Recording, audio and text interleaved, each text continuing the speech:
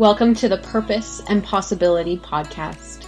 This is your host, Laura Murphy, founder of Soul Body. Join me for inspiring conversations with people who are living on purpose, living into their purpose, and who just might open you up to new and bigger possibility.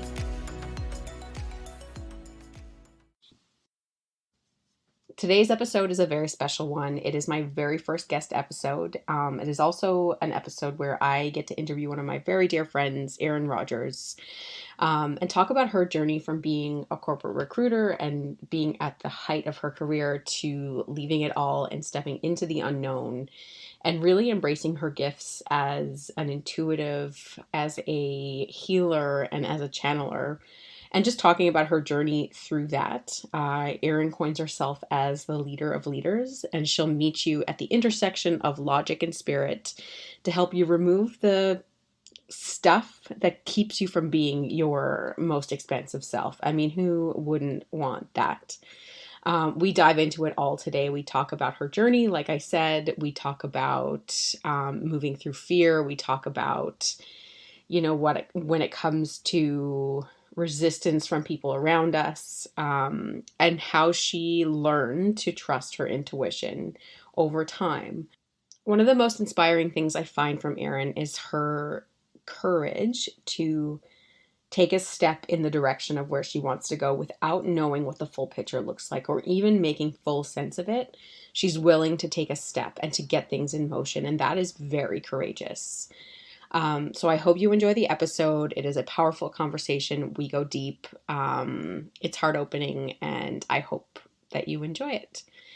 I will caveat this with, when I started this podcast, I wanted to do this to, one, be playful, and two, to hopefully give you all permission to do things that aren't perfect. So as you will notice with this episode, the audio is a little messed up.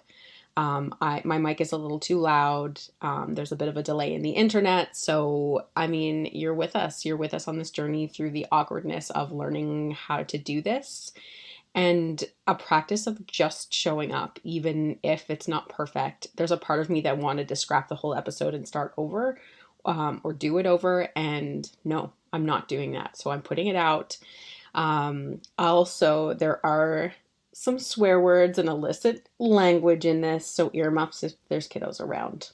Enjoy the episode.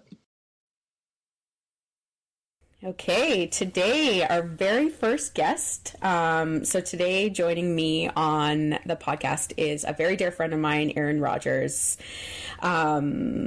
She has been really inspiring on my journey to my purpose and just watching her evolve into her own purpose. But I am going to immediately hand the mic over to Erin, and just welcome you on. And I'd love you just to tell us, who you are, where you are, and just where you are in this moment.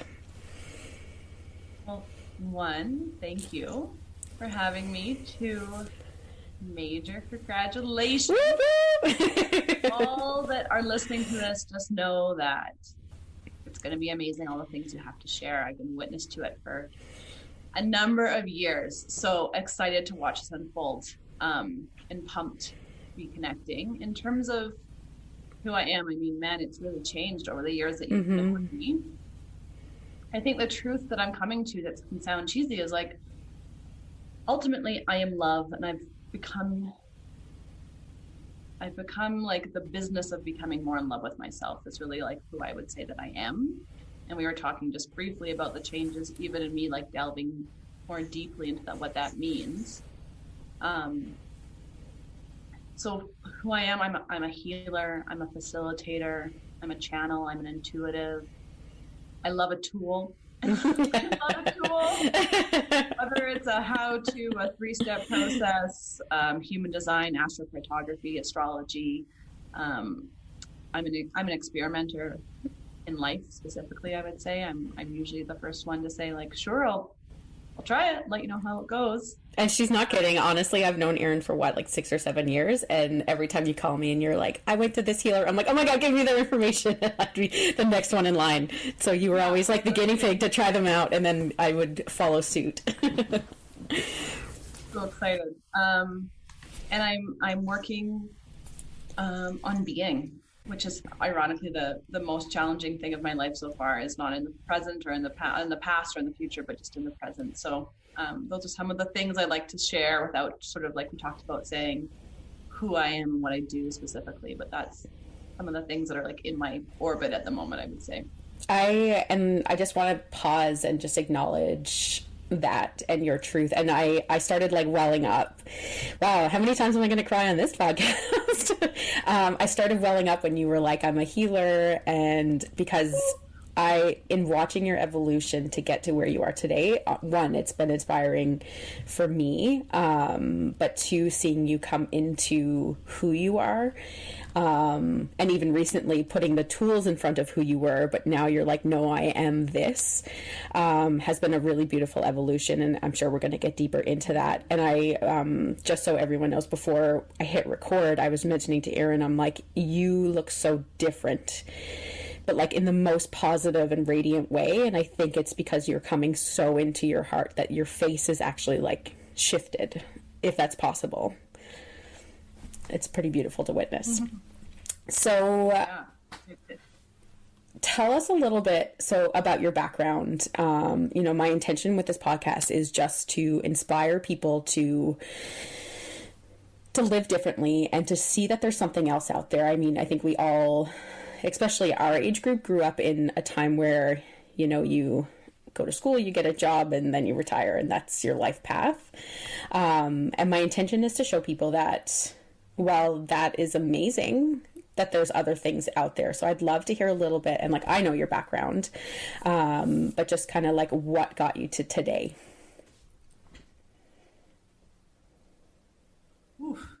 Yeah, I'm just sort of, I guess, receiving. So, I'm the oldest of four kids, grew up in a pretty structured environment in terms of sort of like historically considered norms, going to school, sort of like being part of like a religious community, learning lots of values and structures that took me a long time to also shake out in my older life. And that sort of just like set me up for being like, structure is good. Let's follow the structure. And that included like going through school and kind of like always struggling in school. Like I ended up squeezing out A's and B's, but it was like an extreme effort. And always being like, I just don't know why I don't get it or doesn't fit in. Like they'd be like, she's smart, but, and that kind of just flavored a lot of my experience. Like I could get it, but I was trying to squeeze it into this format or this structure or this box. And that continued through high school and into like university, post high school education, of just like, well, let's just keep doing the thing that the box says will work. I'll probably find happiness and contentment once I arrive in this magical place. To be honest, I think magical place was like retirement. I was like trying to game the system. Like I'll just retire early and then I'll be happy. And, the big pinnacle for me was that I had been going to university and waitressing, and this wasn't cutting it. I was trying to be a teacher, and I was like, I can't imagine doing this. So I got a job in recruitment that was like a sales oriented job. And because once you put me in something, I'll figure it out. I eventually, let's not be saying it happened immediately, eventually succeeded. I was like, oh my God, I finally figured it out. I hate it, but I'm succeeding and I'm making money, and probably now I can buy those things I'm desiring, and then I'll be happy. And for me, it was this, like, I'm going to buy an apartment. That's it. That's the pinnacle. That was the pinnacle. I was like, God, I wasn't creative. And I assumed like once I bought the apartment, I would get happy, or I'd find the partner or whatever it was. And so I bought the apartment at 27, and I would say actually it was the saddest day of my life. Oh my goodness. Because I'd had hope before then. I could still believe in the possibility that once I had that thing, which was interesting, because I think it's why a lot of people push things off. I don't want to lose the hope. So I did it. And it was actually like the most depressing day, because I was like, where's the happiness? Where's the contentment? Where's the peace? Where's all these things I had created the story around? And kind of that began my spiritual journey, I would say, where I was like, bullshit. This is not cool. I believe this deeply. And I think the one thing I could see at the time was like, I'm so glad I'm not 55. And I spent my whole life going after this. I was like, well, there's a blessing in here. But God damn it, I have no idea what the answer is. So I started going to therapy and started like seeking other things. And I was always curious. Like I loved astrology as a kid. I read my aunt's books, but the way I was brought up, they were like, that's not good stuff. You can't Yeah. tarot. Don't even think about it. And I was like, oh my God.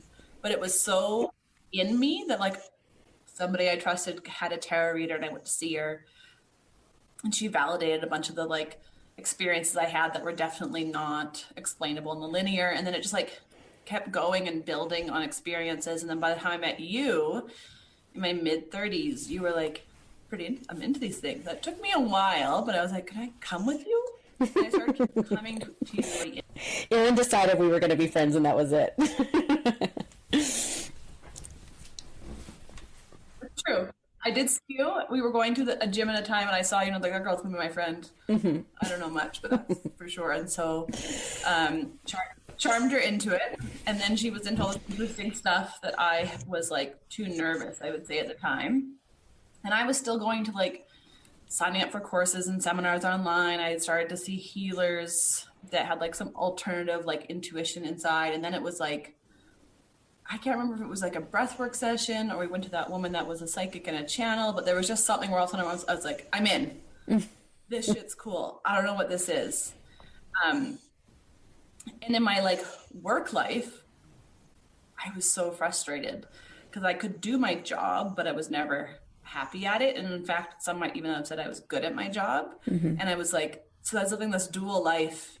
And the happier I got outside of work, the more work I was like, what am I going to do? Like, I knew I had to do something else, but like the possibility, I couldn't even consider a possibility because I was hung up on the money. I was like, I can't risk not having money. And then eventually, the happier I let myself get in my personal life, like the deeper I got into like the spirituality, the better my job got, which was like a really great way to end up eventually leaving it, was that I actually had this amazing job and I loved who I was working with and for, and spirituality just knocked too loudly. And you, ironically, you were there. So I had, I knew that my physical stuff that bothered me was spiritual, but I could never connect the dots.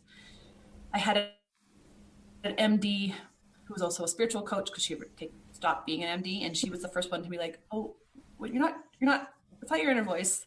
That's your spirit guides. Oh, that's not dreaming, that's astral traveling. And it was like somebody finally put some words in context to everything I'd been experiencing. And I always explain it as like, it felt like someone finally put a fish back in water. I felt some of the most like the greatest relief of my time being a person, being a human. And then within 3 months of that, you and I were at a lake and you asked me a question. Oh my God, that day. I was like, oh, I'm just seeing this. I think that's the answer. And you're like, what do you mean you're just seeing it? I was like, well, like the ticker tape that's in your mind that offers you the answers and insights that you can't access on your own. And you were like, absolutely not. Tell me more. I'm like, I don't have that. What? We got in the water and we talked about people in their life that had passed away. And I would say probably like aliens and alternate dimensions and channeled insights. And like, it was 3 hours. Yeah. So I remember being like, this is cool. Keep asking me stuff. And I think that day was like, oh shit, this is really what I'm supposed to be doing. So then that summer I kind of did it, went to this beautiful retreat, was in a car as I left. The car got hit by lightning. And I was like, oh no, I have to quit my whole life because it's so off base to where I'm going. And so within 3 months of that, I gave up my apartment, sold almost everything I had. Ended up, the universe caught me, offered me more money, offered me a remote part-time job, all those things, and took the big road trip I'd always wanted to take down the west coast of the United States back to Sedona, where I got hit by lightning and the pandemic hit. And I thought I was going to have this like, I'm so spiritual, I'm just like being spiritual because now I've quit my job and blah blah blah. And everyone, my team was like, no, you're gonna have a dark night of the soul. Yeah, you're gonna have to deal with everything. Busy to see this shit. I was like, I didn't like this plan. And was there for 3 months and I got what I needed, but not what I wanted. Came back to Canada, stayed on a beautiful friend's farm, which was so like fortunate to be held there. Did a ton more work on like resolving some like teenage beliefs, I would say, and like perceptions. And then kind of just connected to spirit more deeply and deeply, doing human design astrocartography readings. Spirit last December said, you got to go to Mexico. I left within a week or two of hearing that. And then the last 4 months I've been living in Mexico, just like deepening into my, I guess probably just like my calling in a way that doesn't need a front, right? Like the safety of doing readings through a modality were like easier to say than just being like, it's me. I offer it through my gifts, and that's the experience. So it was 10 or 11 years. Not everyone's has to be that way, and I'm stubborn, so probably I missed a few messages, but the calm in listening to what I was asked to do, because it was an alignment, even though it's felt and has felt like literally like death sometimes, has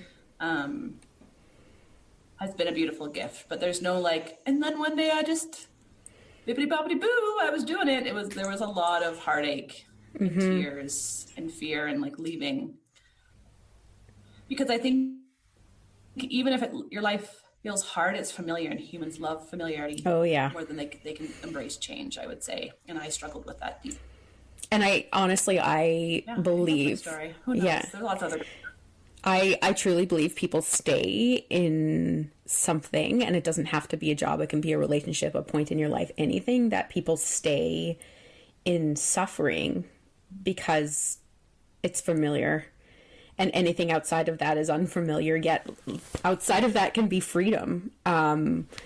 It's never the easy path. I find, what I'm learning in walking this journey is that walking the path that's not cleared is never easy, but it's definitely the most fulfilling. And one of the things that I've most admired in watching your journey, both like near and from afar, is that your ability to trust that intuition, and I know it's been a journey to even do that, but your willingness to take the next step, even if it doesn't make sense, and even if you don't know where it's going to take you, you're very willing just to take the next step. And I'd love just to hear what you have to say about that. Yeah, I mean, thank you, because it's not, you're like you said, it's not been just like, and then I was that way. What I want to say about it is like our intuition is so innate to who we are, and the way that society has been structured, in my belief, it benefits if we are disconnected from our intuition on a monetary level. And I was deep into like how society, I desperately wanted to fit in, but it wasn't working, and it was actually causing me so much pain. And so then eventually it was like, well, I had that deja vu, or I had that, like, you love the word niggle. And it was like, I started to slowly build a relationship. That's all it took. It was like when I felt off, I started to listen in the smallest senses, even if it's like turn left instead of right. And what I know is it began to build. So when I had these big decisions, like quit your 14-year career and leave the country, it wasn't as hard to listen, because I built a book of trust to say, this feels really fucking scary.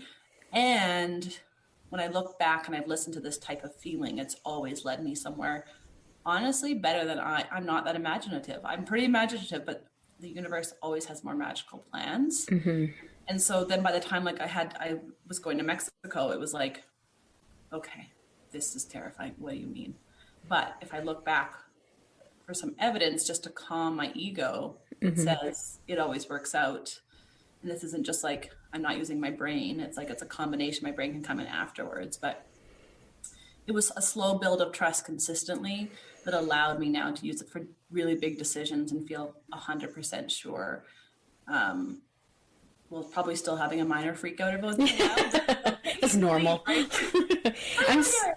I'm so glad you said that, because in my breathwork sessions, I talk a lot about speaking to your heart, which like I believe is like the seat of your soul. It's like where your intuition sits, even though it's like, around that area, heart, solar plexus and things like that. But I always say that it's a two-way relationship, and you can't just expect to be like, all right, tell me what to do. And they're like, oh, here you go. You know what I mean? Like, we've spent a lifetime ignoring our intuition, and that like, whether you're spiritual or not, we're all very intuitive, and we've spent a lifetime ignoring our inner beacon. So it's going to take some time. And just as much as you want to trust it, it wants to trust you. And it, you know, it takes time to build that relationship. So, yeah, I'm really glad you said that. And it wasn't just like overnight, this happened and I did it. You know what I mean? It is a journey. Yeah. I would also say that, like, for those that are like, F that stuff, you know, it's like, but your logical mind has gotten you to where you are now. Yeah. Which is as far as it can go. And maybe you're already using your intuition, which is great. But like, if you can't surpass the limit that your logical mind has offered you, why not try something else in conjunction with, I just think, because we can get so, intuition isn't woo-woo. That's all I want to say, I guess. It's like, if everything is energy and energy cannot be created or cannot die, why would you think your body isn't sensing, feeling, or interacting with energy at all times? Like, you know, I don't necessarily have a deep scientific background to give you the rationale, but like, just step away and take that back for a second, and then maybe do your own research if you're inclined. But like, intuition is energy speaking to you deeply beyond your ears, eyes, and nose, kind of, you know, your five senses that you interact with daily, because even they have a limit that you've created. So open up to the possibility of how much more rich life can be when you're using this senses that are already happening. It's not that it's not, it's energy. We can all admit, no matter where we are in the beliefs, there is energy. Yeah. Start from there if you're struggling with connecting with anything that's more spiritual, I would say. How did you deal with, you know, you took a leap, you quitting this career that like society was like, you're doing great, you're on the path, you're doing it, like you're doing life and you're killing it. And, you know, I'm sure there were naysayers and people who are a little more risk adverse. You know, how did you deal with those people who were like, you're crazy, what are you doing? That sort of thing.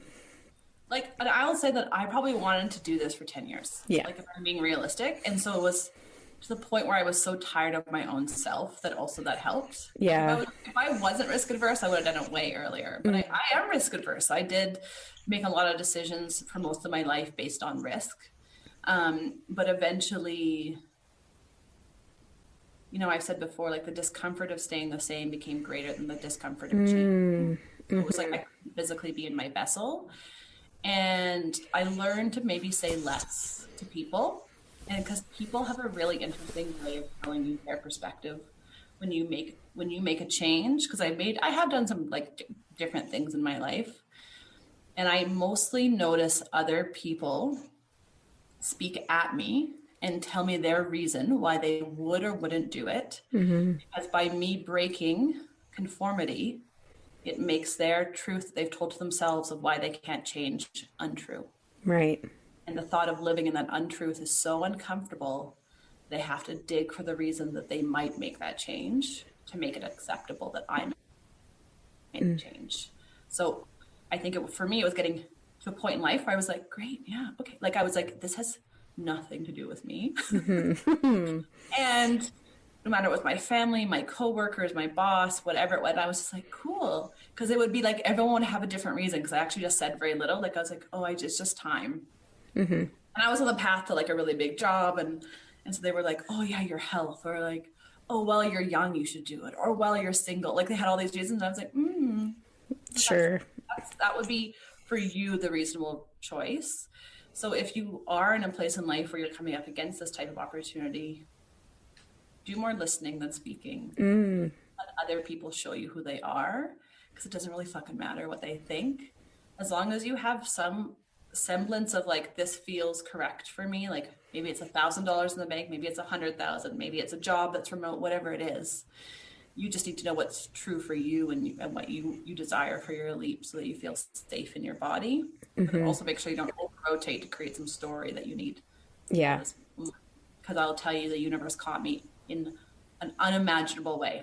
Unimaginable. I had no money saved. I will say, like, privilege-wise, I did have a line of credit. I have a lot of privilege that gave me access to things. But my fucking company, I quit and they gave me a bonus to stay. I never forget that day you told me this. I was like, what? They're like, could you just stay 6 weeks? And I was like, I'm like, that was my plan the whole time. I was like, and you're like, I sold my apartment. Yeah, And they were like, okay, well, we'll just pay for you to live somewhere fully furnished in like this beautiful downtown expensive city. And I was like, is this what people fucking mean when they say the universe will support you when you make the decision in the right direction? Because I'm like, God damn it, this is impressive.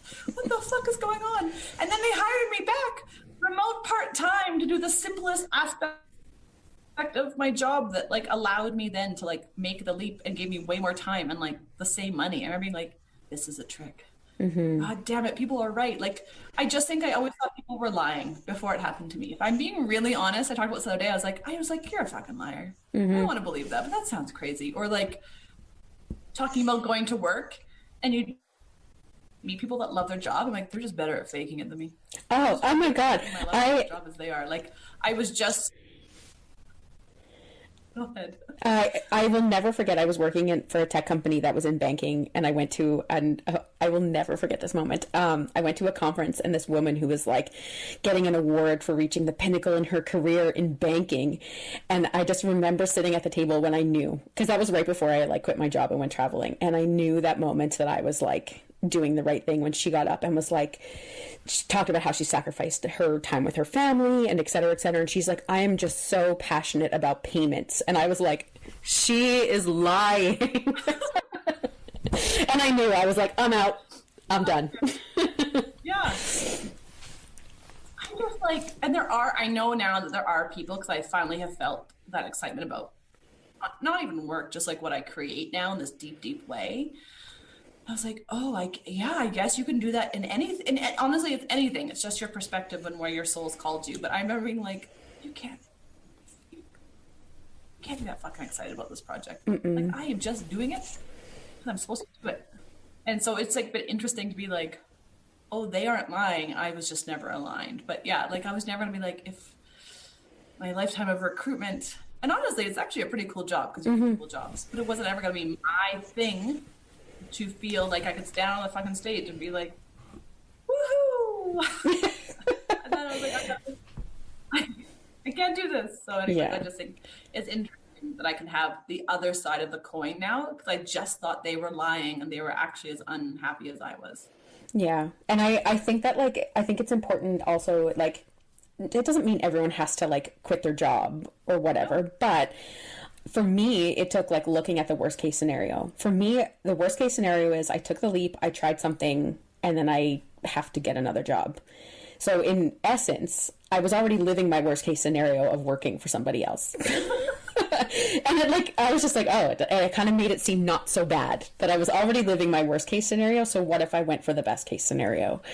Yeah, it's all super interesting. I would love to know how would you define purpose and living into your purpose? You know, this is so funny. I had this conversation with my brother yesterday, who doesn't necessarily always chat about this stuff. And he was saying, you know, it used to be that happiness was our big like measure. And then he was saying, you know, this woman saying that purpose is, 'cause we can't be happy every day. And I would argue that somewhere between purpose and love is self-acceptance. And so my purpose is to love myself deeply and then to express from that place. And how I love myself deeply is to do work that's in alignment, but to support the world, and it's an alignment for me personally, which I will say is fairly unique. And that's perfect, because I could not have found this. I looked really hard in any other place but the answer where I've been. But I actually don't even know if it's fully purpose. It is loving myself deeply and showing up and seeing all the ways life reflects back to me, happiness, contrast, and all the flavors of what we're here to experience, and then to choose myself again, to deepen into that love. And I can't tell you why, but it fucking feels like the hardest thing. It feels so much easier to do anything external to me. But every time I give in and love myself more, the most miraculous things happen. And it's something that's so, and I'll say the word simple, not easy.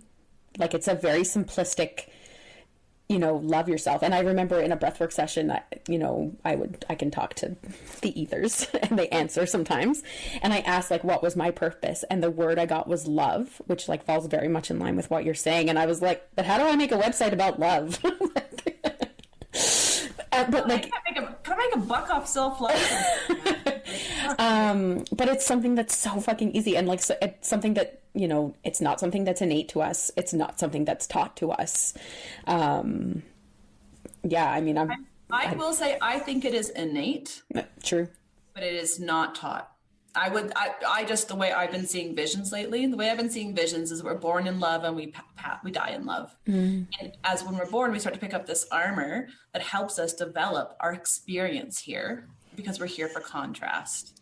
And then as we get older, we start to get into the business of taking off those pieces of armor that were never ours to begin with. So we shouldn't be so fucking attached to them. Mm-hmm. Slowly return to love. And some of us do and some of us don't. But actually at our core, we're all love. The lie is that we have to do anything to get there. But that's the human experience. That's the human experience. Because if we were already at a vibration of consistent love, we probably wouldn't have incarnated as humans. Mm-hmm. But God damn, it's hard to remember that sometimes. And it's really shocking to me. And it's gotten easier the more I design my life around things that I really enjoy. But yeah, I'm not even supposed to be a guru sitting on a hill being like, love. I'd be missing it. So it's like great to know it's there, but also that all the experiences flavor the expansion that my soul desires. How do you, because, we all have human moments where loving ourselves is the last thing on the list. How do you return to that place of like alignment with your heart? Yeah. So sometimes I don't. And I will say things I've learned are some sort of practice that is just for me every day is really helpful to keep keep me there closer to there. Mm-hmm. I have a joke with a good friend that if I'm getting to a low place, it usually ends with some sort of version of me telling myself I'm a fucking loser, but it's actually almost like a cosmic joke at this point because I know that I say that and I'm like, oh, I see where you are. Okay, great. Let's look at the thing that's really that you're not looking at, but it's just so funny. Like, you're a fucking loser. I'm like, oh yeah. And it's like for the stupidest thing, like the broom dropped. I'm like, oh fuck. There you go again. And so it's about like maybe getting just a massage so someone can like move your energy. It's about listening to a meditation that moves energy out of your body. It's looking at the belief that's slowing you down. It's sometimes doing fucking nothing. If you want, like, it's not hard or complicated. Sometimes it's being like, I just book too much for myself. That's an output and I haven't put any inputs on my calendar just for me. So it's a host of those things, but I think the aim that I'm learning from, I'm living with my business partner, Alex, and she's just like, you got to take care of yourself even more. And I was like, really? That seems counterintuitive. And she's like, it seems counterintuitive that you don't get that. I'm like, okay, thank you. So like, I'm working on taking care of myself, which sounds so basic, but it's like, I'm just so used to the pushing out to the external for the external validation that I'm reframing that I validate, give to myself, and actually ironically allows me to give more.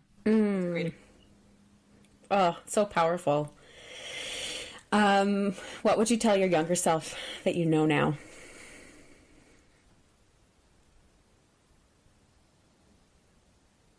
It's going to be okay. No need to worry so much. Yeah.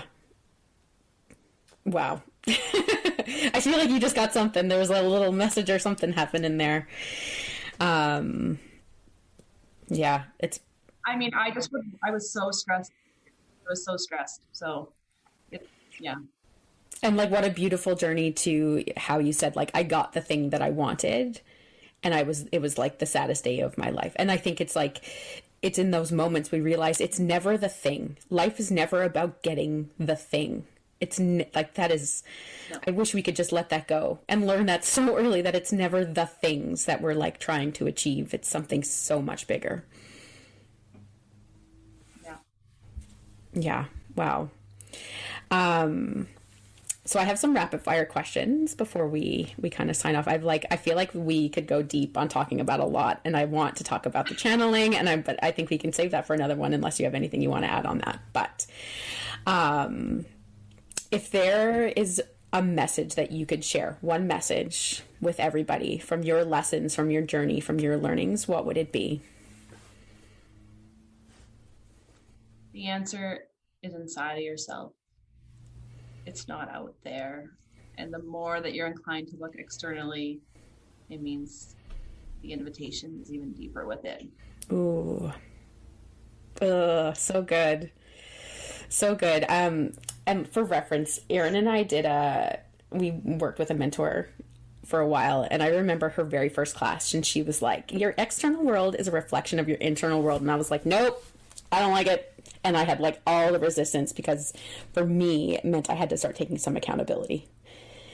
And it was way easier to be like, life is happening to me and it's unfair, than for me to be like, oh, maybe I just have to listen and do a bit of work. Totally. And like, Lord knows I love to pay a person. I can pay you because you can tell me the answer. Versus, I gotta go inside of here and like get into that. I was the biggest advocate for paying somebody else to find my internal answers, and then finally it was like, so yeah, that is from personal experience. For me, I'm similar. I wanted someone to tell me what my job title was going to be. Oh, so good. This is so helpful. I'm like, I'm looking for my purpose. Google hasn't told me what it is yet. Can someone please just tell me what the fuck I'm supposed to do here? The irony is both of us are so stubborn, we would have been like, no. That's not it. Not that one. No. It's like when I shuffle the cards and the same card keeps falling out, and I'm like, I don't like it. I want another one. What are you celebrating? Me. For the first time, really celebrating myself. So good. When do you feel the most at ease?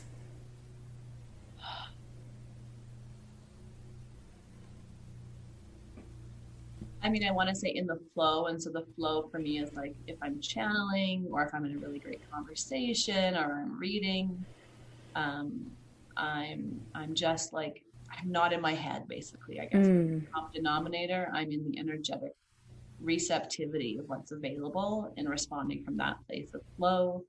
And my brain isn't needing to figure out what's happening or what's next or what to say. When do you feel the most alive? I would say during change, actually, interestingly enough, even though it's good and scary, but like I like a little change, a little bit of like probably a controlled unknown, but yeah. What do you do for fun?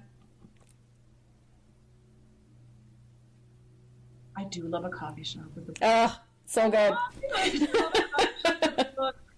I love a walk. I love a walk with a podcast, and then just with like connecting with people. Traveling is like cool, just to like talk to new people and hear this whole new thing that you're like, I've never heard anyone say it that way before. And then, I mean, I have amazing spiritual conversations, but sometimes just like having a giggle over like someone falling or something like that. Tammy.